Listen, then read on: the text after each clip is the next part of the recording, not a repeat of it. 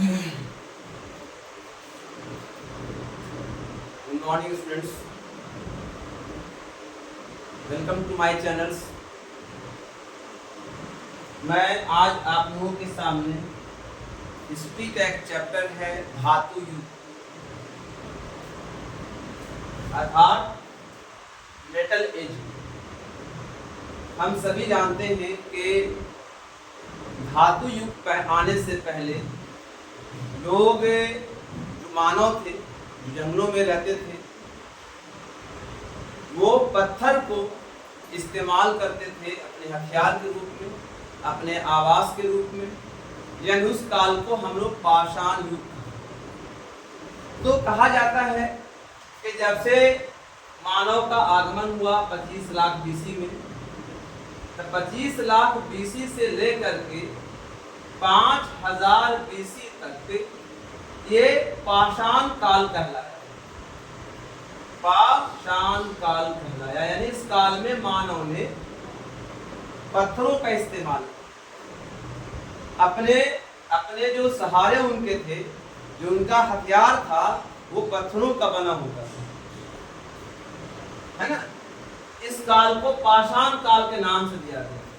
लेकिन 5000 बीसी से लेकर के 1000 बीसी के बीच में, है ना, ये दौर कहलाया धातु युग यानी मेटल एज। सबसे पहले जो पृथ्वी पर जिस धातु का खोज हुआ, उस धातु का नाम था आपका तांबा। यानी सबसे पहले तांबा आया, ठीक है। तांबे की खोज जो हुई थी 5000 बीसी में हुई थी, ठीक है। एक इतिहासकारों का कहना है कि 5000 बीसी में तांबा आया था।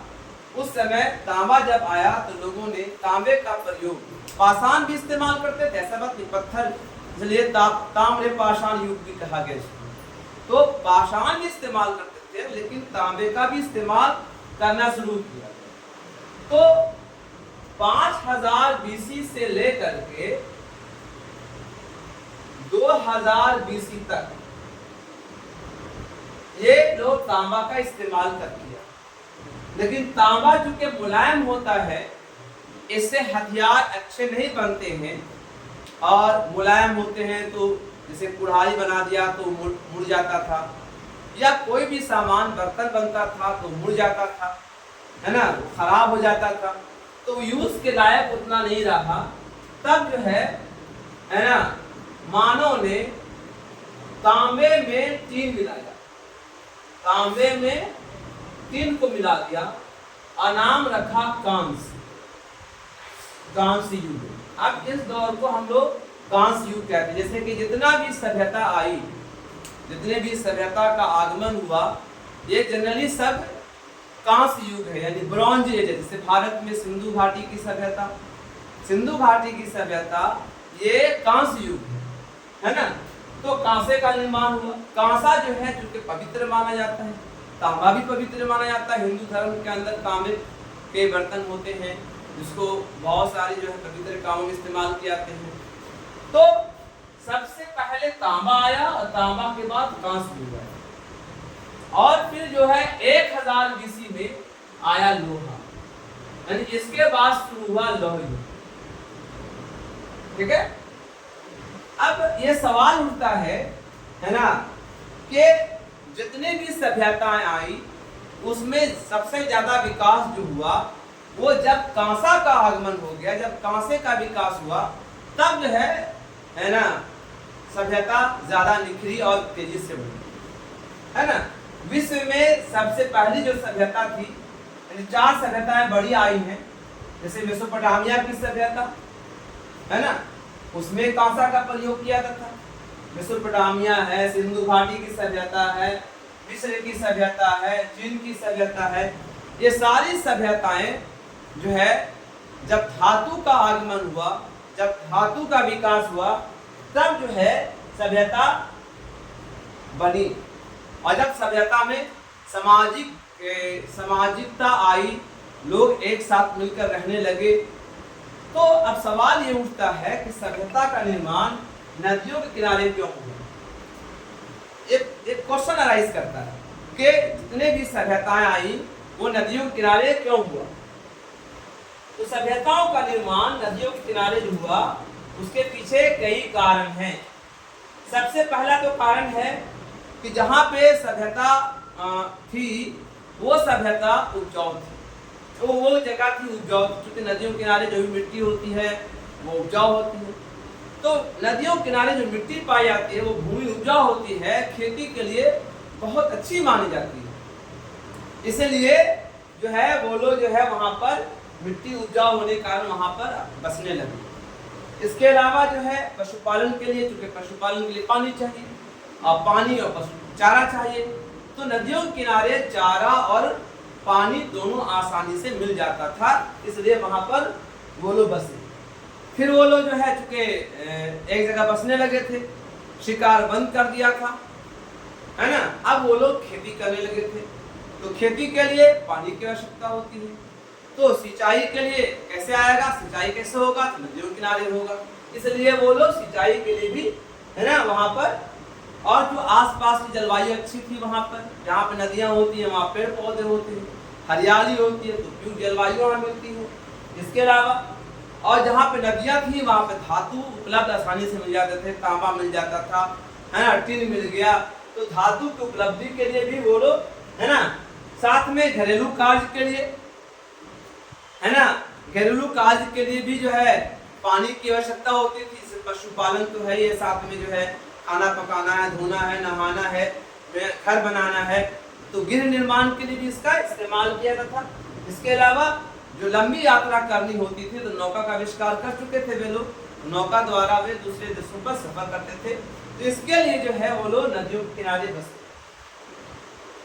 चलिए अब आइए, जब सभ्यता का निर्माण हुआ, यानी धातु युग आया, धातु युग आ जाने से क्या क्या विकास हुआ, क्या क्या डेवलपमेंट हुआ लोगों के अंदर, यानी मानव के अंदर।